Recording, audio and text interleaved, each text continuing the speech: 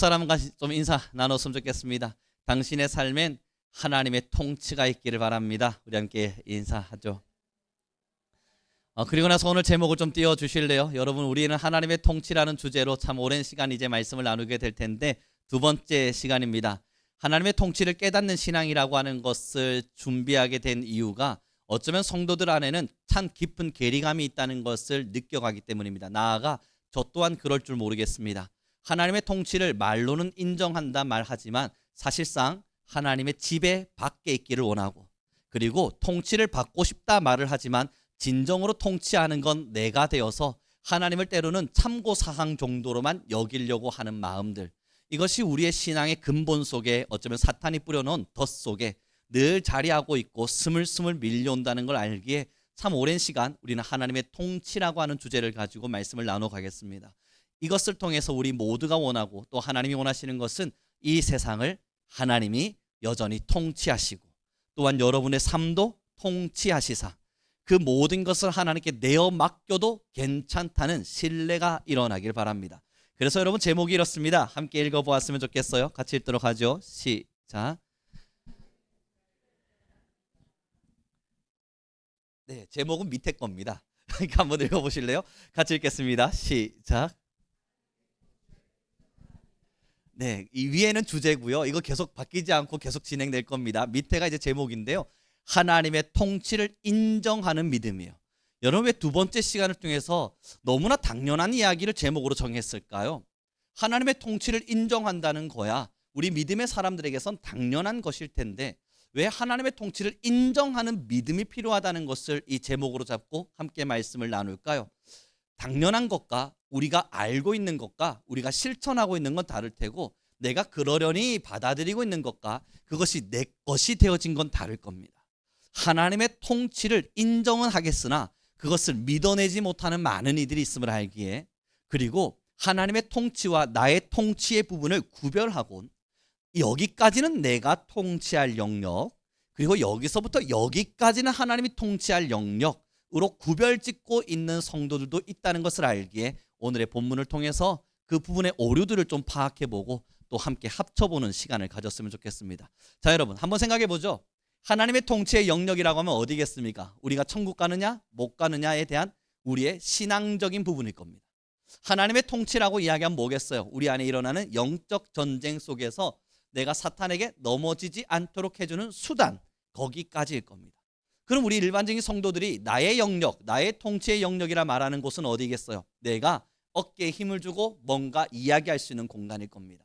직장이면 직장, 아니면 여러분의 삶의 터전이면 터전, 아니면 가정이면 가정, 여러 영역 속에서 여기는 나의 통치의 영역이다 라고 생각하는 분들이 많이 있을 줄 압니다.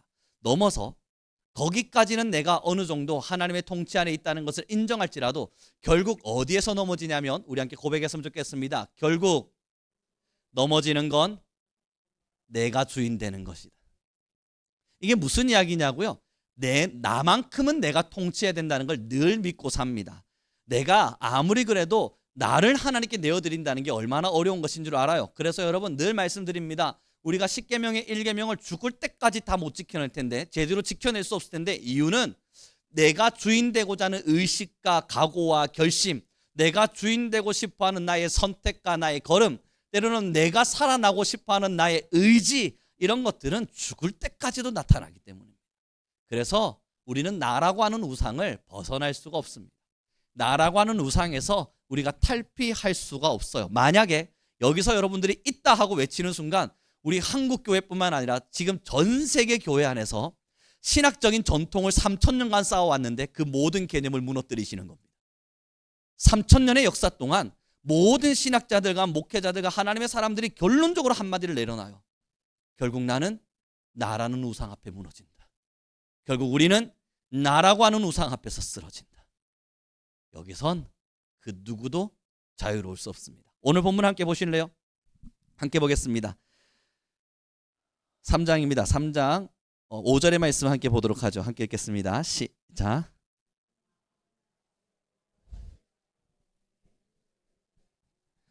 그래서 여러분, 하나님의 통치를 믿는 믿음의 사람에게 있어서 제일 먼저 일어나야 될 것이 5번인데 5절인데 나의 명철을 의지하지 않는 거예요. 왜? 나라고 하는 우상을 벗어나기 힘드냐고요? 결국 우리에겐 지성이 있기 때문입니다. 나라고 하는 사람이 가지고 있는 명철이라고 하는 것이 있고, 우리도 나름대로 사회에서 공부해가면서 나름의 걸음을 걸어와 보았기 때문에 내가 가지고 있는 지적 수준이 그렇게까지 하나님 앞에서 범죄할 만하지 않다는 이상한 신념을 가지고 있게 됩니다. 그래서 오늘 본문이 있는 거예요. 너의 명철을 의지하지 말라. 내 생각이 옳을 것이라는 착각을 하지 말라는 거예요. 내 생각대로 하면 되리라 믿는 믿음을 갖지 말라는 거예요. 여러분, 얼마 전에요, 제가 삼성의 이재용 회장이 그 사람들 앞에 서서 이 대국민 사과를 하면서 고개를 푹 숙이는 장면을 보는데 마음이 참 많이 아팠습니다. 뭐 어떤 이유로든 어떤 생각이로든 여러분 각자 그 정치적 색깔들은 가져가시되, 저는 사람 대 사람으로서 그냥 마음이 아팠어요. 저분은 뭐가 아쉬워서 지금 저기서 여러분 대국민 모든 분들에게 제가 죄송합니다 사죄하며 90도 인사를 하고 있을까? 여러 많은 고민들에 사로잡혀 갖고 철학적인 질문들과 또 여러 가지 많은 생각들을 해가며 결국은 그가 짊어지고 있는 삶의 어깨는 어쩌면 작은 선택 하나, 자기가 만들어 놓은 어떤 불씨 하나에도 사과하면서 살아가야 되는 인생이겠구나. 그리고 나서 보니까요, 그런 나름대로 대기업을 운영하는 총수입니다. 그리고 똑똑하다면 나름의 공부를 누구보다 열심히 했던 사람일 겁니다. 그는 그가 사과할 만한 일이 생기리라 상상조차 못했을 겁니다. 그렇게 대국민 앞에서 미안합니다 라고 사과해야 할 만한 일이 내 인생에 펼쳐질 거라는 걸 여러분 얼마나 조심하며 걸었겠어요. 그런 일이 일어나지 않게 하기 위해서 여러 많은 수단과 방법들을 가리지 않고 최선을 다해서 사과하지 않을 수 있는 인생을 걷기 위해 얼마나 노력하며 살았겠어요. 자신이 작은 실수 하나만 해도 자신에게 어떤 불상사가 일어날 줄 알기에, 여러분 이재용은 그 별명이 있잖아요. 웃재용. 이것도 저만 아는 사실 같습니다. 여러분 별명이 웃재용이라고 있어요. 왜냐하면 어디 갈 때마다 씩 웃고 있는 거예요. 그 웃음이 여러분 뭐 때문에 그렇게 웃고 있는 거겠어요? 그 인생이 너무나 평안해서이겠습니까? 아닐 거라고요. 그런 웃음을 통해서 카메라에 비춰지고 있는, 어쩌면 앵글에 잡히고 있는 내 모습을 웃음으로 승화시켜냄으로써 불씨를 만들고 싶지 않았을 거예요. 어떤 트집을 만들어내고 싶지 않았을 거예요. 그래서 그는 웃었을 겁니다. 그러다 보니 별명이 웃재용이 되어서 맨날 웃고 있는 웃재용, 그런 이야기들이 오고 갔어요. 그런데 그는 이번에 사과했습니다. 슬프죠. 조심했을 텐데, 힘냈을 텐데, 그런 삶이 내게 오지 않기 위해서 노력했을 테고 고군분투했을 테고 땀을 흘렸을 테고 최선을 다했을 텐데 결국은 사과하게 됩니다. 저는 여러분들 우리 모두에게 질문해 봅니다. 우리의 인생을 잘 만들어 가 보기 위해서 여러분 누가 생각하지 않습니까? 누가 최선을 다하지 않아요? 내가 할 수 있는 힘을 다하고 있지 않는 사람 누굽니까? 여러분 저희 딸아이도 있는데요, 이제 뭐 한글 조금 깨고 있습니다. 한 한글 2자 정도 쓰고는 다 했다 하고 집어 던져요. 그래서 제가 가소롭잖아요. 너 뭐 했다고 지금 다 했다고 그러는 거야. 땀을 흘리지도 않은 땀을 막 닦아가면서 진짜 나 최선을 다했어. 여러분 이제 겨우 2자 썼어요. 그런데 그의 인생에서는 최선을 다한 걸 거예요. 그런데 그렇다고 이제 제가 옆에서 넌 최선을 다하지 않은 거야, 뭐라 할 수는 없잖아요. 받아들여야죠. 그럼 최선을 다했다, 너의 최선에 나는 응원을 보낸다 라고 이야기했더니, 저희 큰아이도 있어요. 한 30분 공부하다 뭐 뛰쳐나오더니 아빠 저도 최선을 다했는데 넌 들어가. 30분은 최선이 아니야. 그때 이 아이는 억울해해요. 아니 지금 옆에 있는 얘는 1분도 앉아있지 않았는데 최선이라고 그러고, 자기는 30분 동안 열심히 다 했는데 최선이 아니라고 그러니 얼마나 억울해요. 그러나 기준점이 달라요. 사랑하는 귀한 성도 여러분, 누가 최선을 다하지 않습니까? 누가 자신의 인생에 최선을 다하지 않을 각오를 갖고 살아요? 내 인생을 낭비하리라, 내 인생을 최선을 다해서 나는 허랑방탕하게 살리라, 그런 결심을 하며 사는 자가 얼마나 있겠냐고요. 그럼에도 왜 실수하셨어요? 그럼에도 여러분들의 선택에 왜 후회하셨어요? 그렇게 열심히 고민하며 했던 선택이 왜 뼈저린 슬픔으로 돌아오셨어요? 나는 잘하리라고 놓았던 그 하나하나의 수가 왜 와르르 무너진 채 결국은 실패인가 실수인가 실망인가 여러 많은 감정 속의 소용돌이에 빠져서 나는 도대체 남은 것이 무엇일까? 그 허무한 걸음에 여러분, 왜 우리는 서 있을 때가 종종 있을까요? 우리의 지혜가 부족해서요? 아니요. 우리의 지혜는 부족하지 않습니다. 우리의 지식도 부족하지 않습니다. 우리의 최선도 부족하지 않았습니다. 그러나 우리의 지식도 우리의 최선도 의지할 만한 대상은 아니었던 겁니다. 이렇게 하면 무조건 되리라고 하는 100%의 의지의 대상은 절대 되지 않았던 거예요. 지혜를 다했지만, 최선을 다했지만, 지식을 쏟았지만 이 녀석이 내가 의지할 만큼 완벽한 존재는 아니었던 거예요. 그래서 본문을 다시 한번 읽었으면 좋겠습니다. 같이 5절의 말씀을 큰 목소리로 읽어보죠. 함께 읽겠습니다. 시작.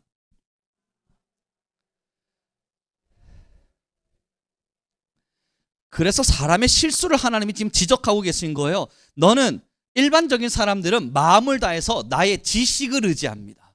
나의 선택을 의지하고 내가 하는 것에는 후회가 일어날 수 없다라고 하는 자신에 대한 믿음을 갖고 있습니다.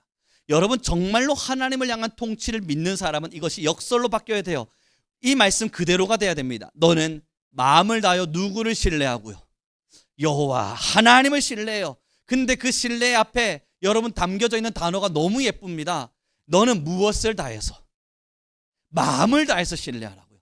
너의 지식이 닿는 데까지 신뢰하거나 네가 알 수 있는 영역까지 신뢰하거나 너가 선택해보고 고민해보고 생각해봐서 네 생각이 닿는 데까지 하나님을 신뢰하는 것이 아니라 신뢰는, 하나님을 향한 신뢰는 너의 마음을 다해서 신뢰하래요.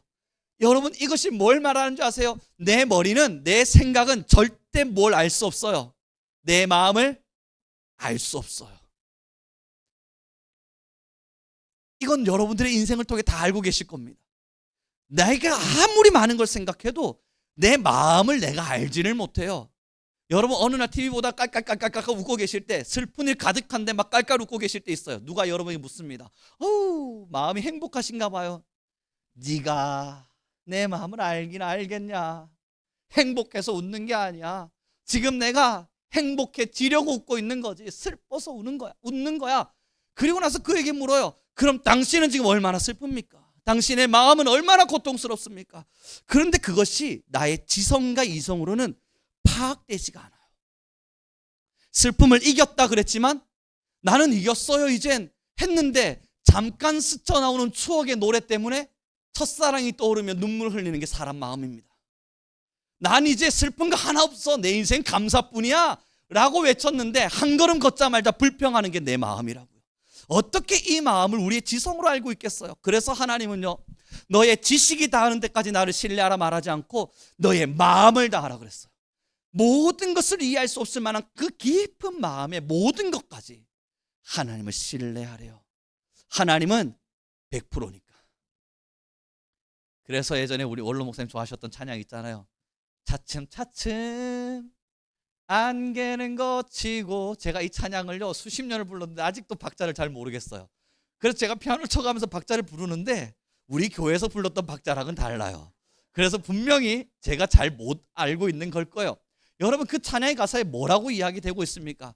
하나님은 실수하지 않으신다네. 우리가 이걸 신뢰하는 거예요. 내 지식은 실수가 일어나고, 내 지식은 실패도 일어나고, 내 지식은 때로는 나의 후회를 만들기도 하지만 하나님은 때로는 나를 동굴의 인생으로 끌어오셨을지라도 실수치 않으시고 모든 것을 이끌어내시리라. 그리고 나서 6절을 보니 고백하게 되는 겁니다. 함께 읽어보겠습니다. 같이 읽습니다. 시작.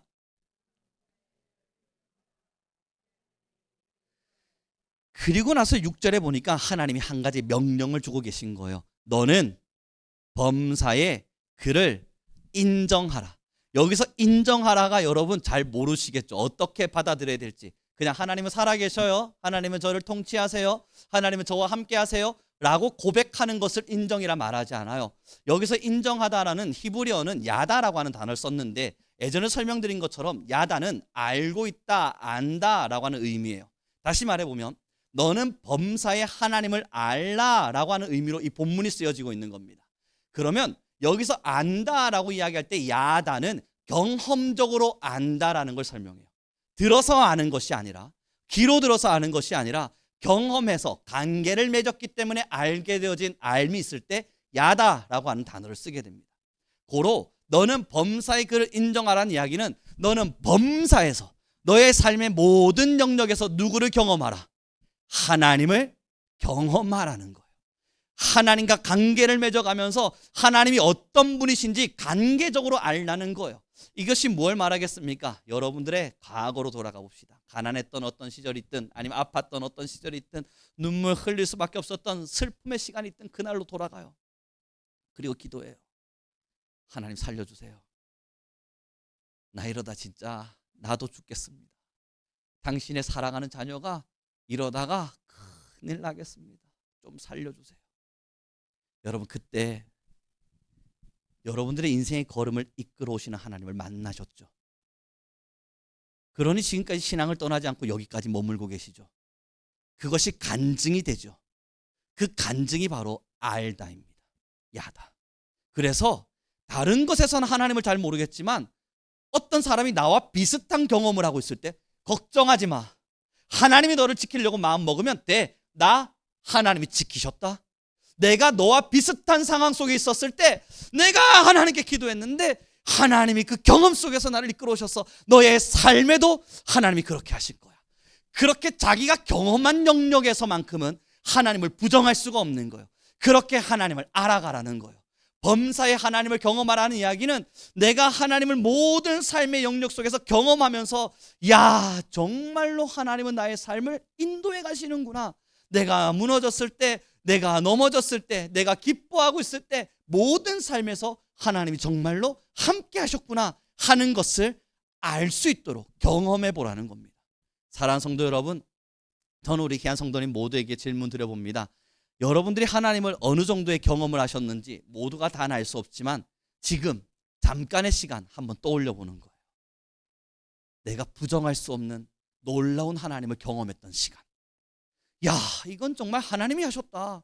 내가 한 게 아니야. 이건 내가 할 수 있는 것이 아니야. 나는 아무리 상상했어도 할 수 없는 영역인데 이건 하나님이 하셨어 라고 말할 수밖에 없었던 그 찰나와 시간, 그 경험.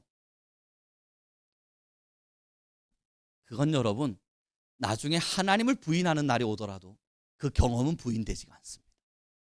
이상하게 말이죠.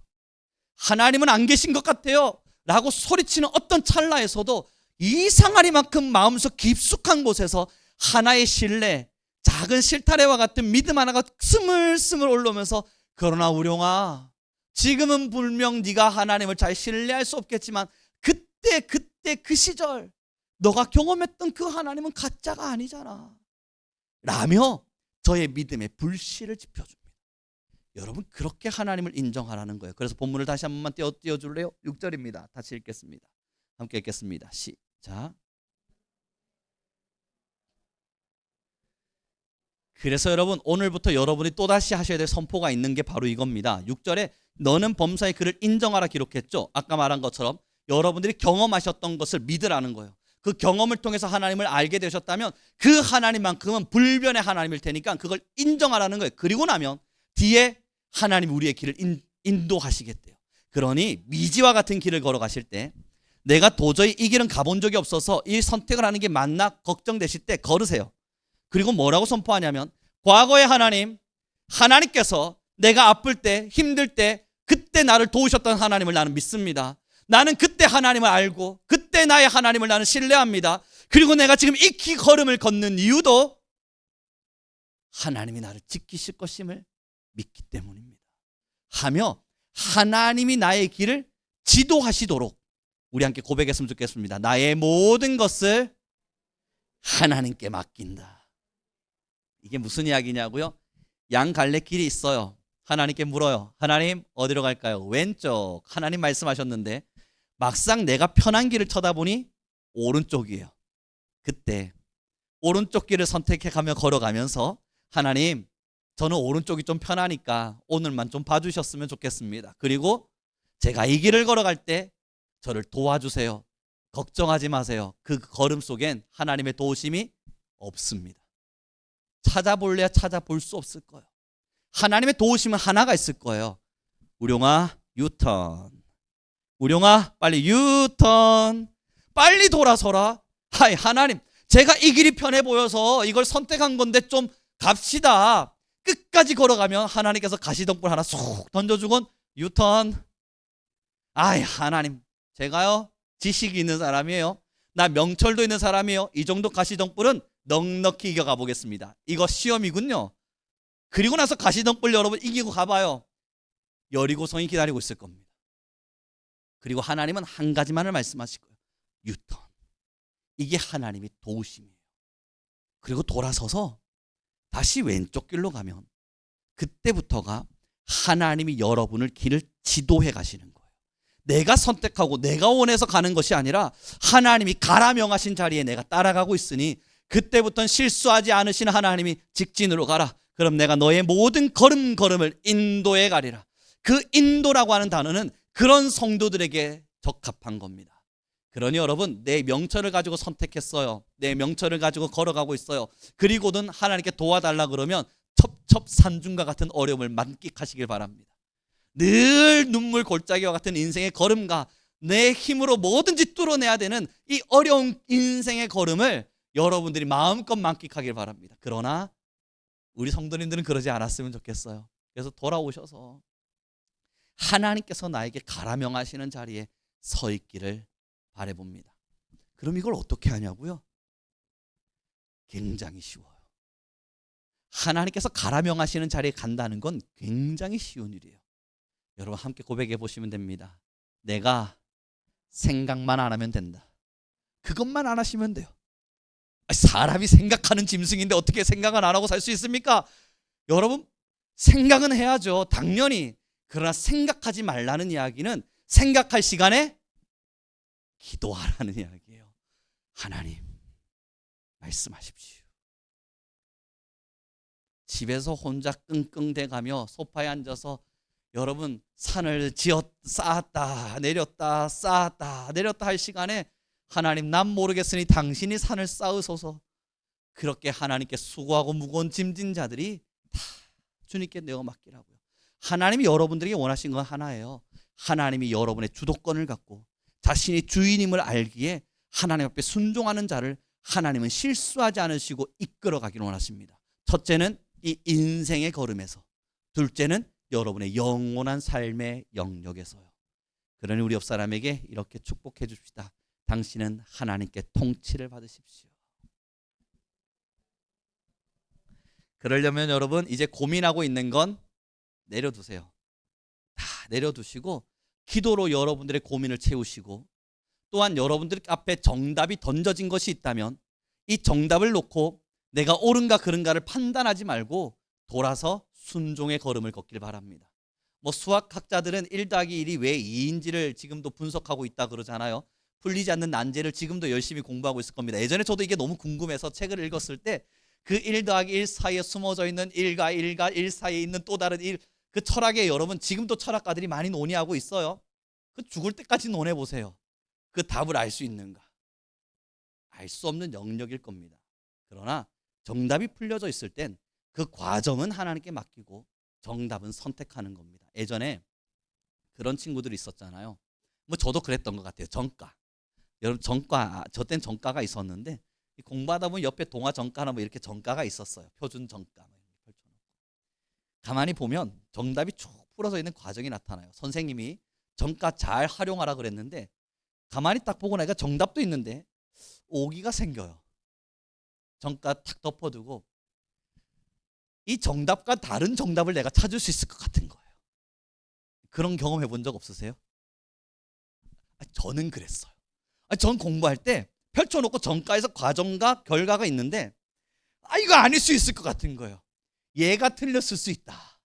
나는 분명히 또 다른 과정을 발견해낼 수 있다라는 생각 속에 전과를 덮어두곤 여러분 그 답이 아닌 다른 것에서 끙끙대면서 혼자 풀어가면서 이게 내가 맞을 거야 고민하며 갔던 걸음이 있는데 성공했을까요? 죽어도 성공 못했습니다. 하다 보니 나는 미련한 인간이었구나, 나는 도울 대가리였구나, 공부를 못하는 놈이구나 자책은 했을지 몰라도 저 스스로 그에 대한 해답을 찾아내지를 못했어요. 사랑하는 여러분, 제가 심리학에서요 한 가지 재미난 걸 봤어요. 심리학 책에요 성도들이 믿음에 관련된 것을 심리로 풀어냈던 책인데요, 그것에 뭐라고 기록되어 있냐면 성도들은 대부분 정답을 안다. 그 정답을 알면도 불구하고 그 정답을 선택하지 못하는 심리, 뭐 그 첫 번째 뭐 여러 가지 이야기가 있는데 저에게 가장 와닿았던 게 이겁니다. 두려움. 내가 이 정답이 뭔지는 알지만 이 정답을 선택하는 순간 나에게 어떠한 불이익과 어떠한 어려움과 어떤 실패가 찾아올지 내 머릿속에서는 계산이 되니까 두려움이라고 하는 게 생기면서 그 두려움에 의한 선택의 주저함이 생긴다. 그 두려움이 여러분 우리 함께 고백했으면 좋겠는데요, 왜 생기냐면 이것 때문입니다. 하나님에 대한 불신뢰 때문이다. 하나님이 말씀하셔요. 선택하면 내가 지킬게.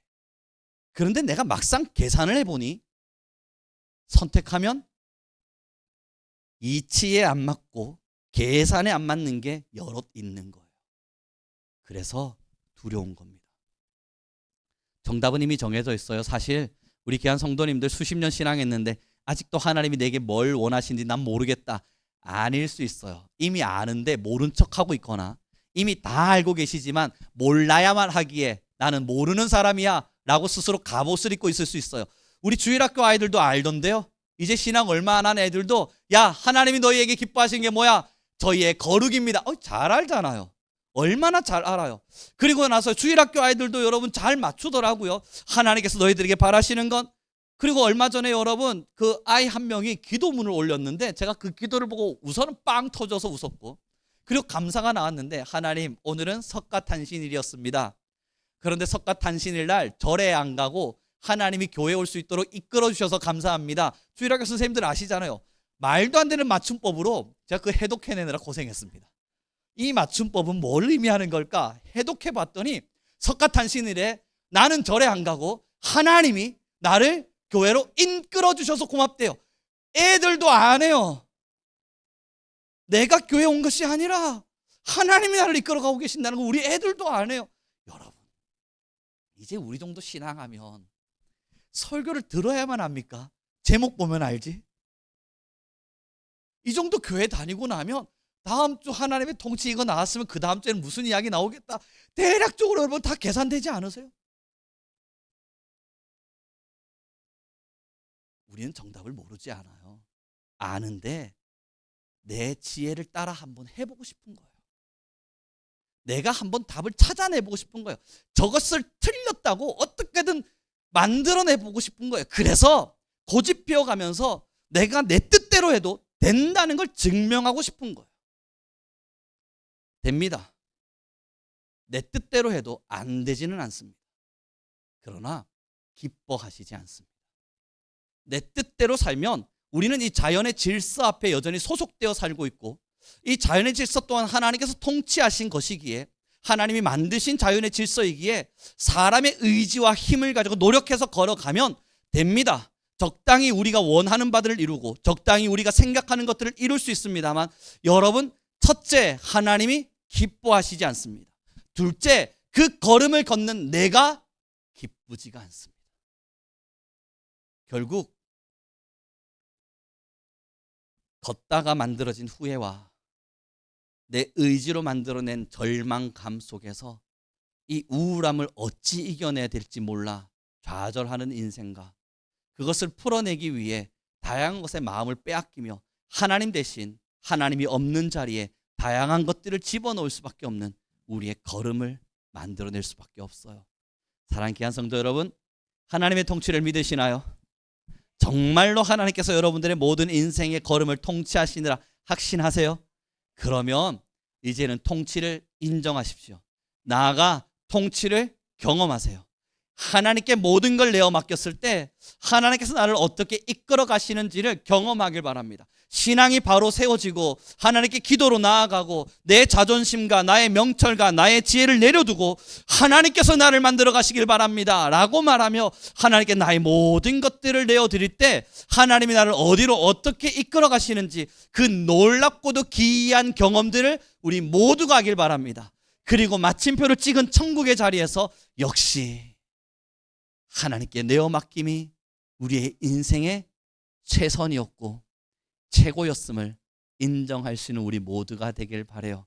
하나님이 여전히 여러분을 통치하실 겁니다. 혹시라도 유턴의 음성을 지금도 듣고 계신 분이 계신다면 빨리 돌아서요. 굳이 그 벽을 내가 깨겠노라 고생하지 말고 유턴하셔서 하나님께로 나아가길 바랍니다. 그 걸음 속에 역사하시는 하나님을 마주하시길 소망합니다. 이제 말씀을 좀 정리해 갔으면 좋겠는데요. 하나님을 경험한다는 건 결국 우리의 신앙의 작은 순종을 통해서 시작됩니다. 이걸 여러분 우리는 부정할 수 없어요. 하나님을 경험하려면 내가 머릿속으로 이렇게 한번 해봐야지 결심하는 것으로는 사실 불가능합니다. 작은 순종을 던지셔야 돼요. 말도 안 되는 순종을 한 번쯤 걸어가 보는 거예요. 이성적으로 맞지 않을지 몰라도 좋아, 하나님께 맡겨보자. 그런 마음으로 작은 순종 하나를 던질 때 거기서 일하시는 하나님을 보게 됩니다. 거기서 일하시는 하나님을 만날 때 내가 선택한 걸음이 잘못된 걸음인지 하나님이 유턴을 말씀하시는 걸음인지 아니면 더 오라 말씀하시는 걸음인지를 판단할 수 있는 지혜가 생깁니다. 여러분, 결국 우리는 제일 먼저 생각하고 이게 맞나 틀리나 판단하느라 시간 낭비할 시간에 하나님의 뜻은 도대체 뭡니까? 그거 기도하느라 수년의 시간 동안 고민하고 있는 시간에 내가 맞다 생각되어지는, 아니 하나님 앞에서 이거 맞을 거야, 하나님이 지금 나를 여리로 인도하고 계신 걸 거야 라고 느껴지는 작은 하나의 의문, 거기에 적당한 순종을 던져보는 거예요. 던졌더니 독사가 우글우글거리면서 나를 집어 삼킬 것만 같을 때 아닌가? 엉겅퀴가 흘러 내 발들을 집어 삼킬 때 유턴인가? 그때 고민해보는 거예요. 그러나 그 걸음을 걷는 자에겐 하나님이 답을 주시면서 오라 이제는 이 길로 오라 말씀하실 겁니다. 그래서 성도는 생각이 너무 많으면 안 돼요. 생각이 너무 많지 말아달라는 부탁은 하나님 앞에서 옳고 그름을 따지느라 우리에게 주어진 시간을 낭비하지 말자는 겁니다. 우리는 묵묵히 순종의 걸음을 걷습니다. 여러분, 저희 자녀가요 저한테 늘 질문하는 게 있어요. 저는 공부를 시키잖아요. 물론 주양육자로서의 공부는 저희 아내가 거의 다 지고 갑니다. 그러다가 문득 제가 한 번씩 아이를 불러다 놓고 공부를 가르치면 저희 아이가 제게 늘 질문해요. 이게 맞아요? 이렇게 하면 돼요? 그럼 저는 말해줘요. 돼. 지금 여기선 아빠를 믿어도 돼. 아빠가 여기선 잘 알아. 너가 풀고 있는 이 문제를 내가 절대 모르지 않아. 그러니까 내가 알려주고 있는 이 방법을 믿어보려. 그 다음날 되면 여전히 고집스럽게 지 방법대로 풉니다. 화가 나요. 그럼에도 저는 참을자 3개를 새기며 아이야, 이 공부에서만큼은 아빠가 그래도 꽤 해봤어. 그러니 정답을 알아. 그러니 이건 이렇게 따라오렴. 알겠지? 아빠 믿지? 예, 믿어요. 그럼 앞으로 그렇게 하는 거야? 예. 그 다음 날이 되면 어김없이 또 지 마음대로 해요. 제가 말해요. 믿으라니까 아빠를. 이대로만 하면 된다니까. 왜 그런데 혼자 다른 방법으로 통해서 뭔가를 해보겠다고 이렇게까지 땀을 흘리고 있는 거야. 이거 어려워요, 힘들어요 말하지 말고 그냥 아빠가 시킨 대로만 해봐 이건. 그랬더니 아이가 저도 알아요, 할 거예요. 그 다음날 되면 또 자기 방법대로 해나갈 때 저도 답답하니까 묻게 돼요. 도대체 왜 그러는 거야? 믿음이 안 가? 그때 아이가 제게 해줬던 말 한마디가 있습니다. 아니요, 믿는데 잊어버려요. 아빠가 한 말을 이렇게 하라고 했던 것들을 계속 잊게 되어져요. 어이, 거긴 제가 화낼 수가 없잖아요. 잊는다는데 어떻게 해요? 그럼 기억해. 다시 기억해. 여러분, 왜 성경에서 하나님의 말씀을 여러분의 집문 틀과 여러분의 마음과 여러분의 손목과 여러분의 손등과 이마에 기록하며 뛰어갈 때든지 걸어갈 때든지 누워있을 때든지 그 말씀을 낭독하고 읽을 수 있도록 하라 그러셨을까요? 우리는 신뢰합니다. 우리는 하나님을 믿습니다. 하나님의 방법대로 가기를 원합니다. 그러나 살다 보니 잊어버립니다. 부탁합니다. 하나님의 통치를 믿으신다면 이젠 하나님이 여러분을 이끌어 가시리라 확신하십시오. 범사의 그를 인정하시고 여러분의 명철을 의지하지 마십시오. 나아가 하나님께서 여러분들의 길들을 이끌어 갈 수 있도록 하나님께 모든 것을 내어 맡길 수 있길 바랍니다. 그러다 그 방법을 알면서도 잊게 된다면 여러분의 집에, 마음의 밭에, 핸드폰에, 여러분의 성경책에 잊지 말자 송우령 기억하시고 기록하신 채 걸음걸음마다 하나님께 선포하는 거예요. 하나님, 나의 길을 지도하소서. 하나님, 나의 길을 인도하소서. 하나님, 내가 때로는 나의 명철을 의지하려 할 때에 나를 가르치시사 내가 주의 명철을 따라 범사의 주를 인정하며 살게 하소서. 잊지 않도록, 잊어버리지 않도록 끝까지 하나님을 신뢰하며 갈 수 있도록 내 마음의 신비에 하나님의 말씀을 새겨주소서. 기억하며 살길 바랍니다. 그게 오늘의 찬양이잖아요. 거친 세상에서 실패하면 내가 좀 더 똑똑하게 살아봐야지가 아니라 그의 손에 못자국을 잡는 거예요. 나의 실패를 부활로 바꾸신 하나님, 나의 절망을 기적으로 이끄신 하나님, 나의 죽음을 살아남으로 역사하신 하나님, 그 부활을 붙드는 겁니다. 우리 이렇게 찬양하며 가길 원합니다. 거친 세상에서 함께 찬양하겠습니다.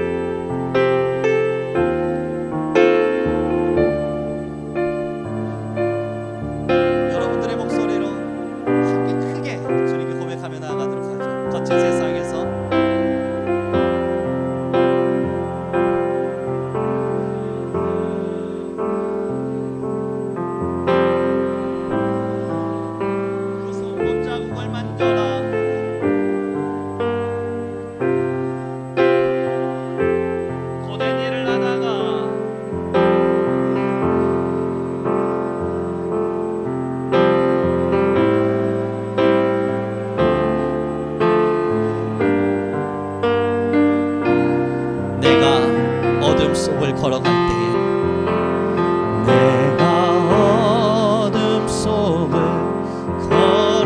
걸어갈 때에 그 손 못자국만 줘라. 주가 참 평안을 내게 주시리.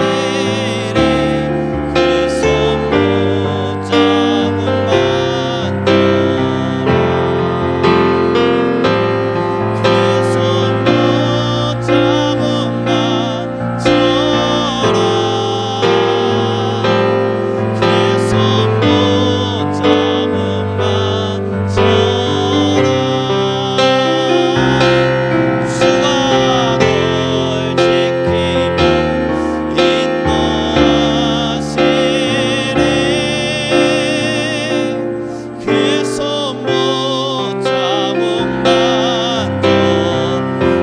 부활의 주님을 내가 부활의 주 그 손 못자국을 만져라.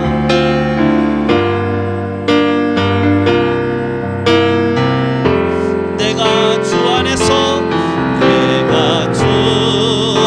안에서 길이 살리라.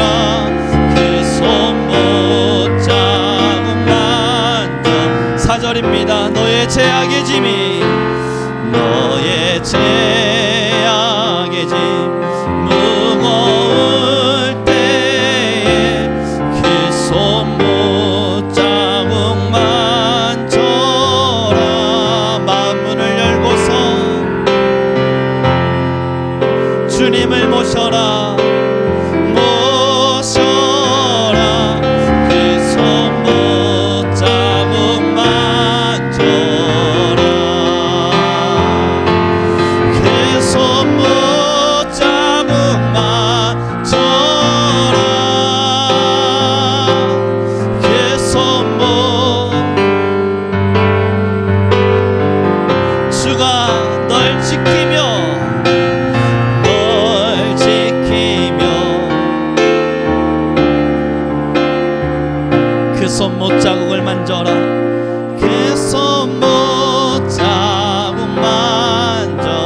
시간 우리 간절한 마음으로 기도합시다.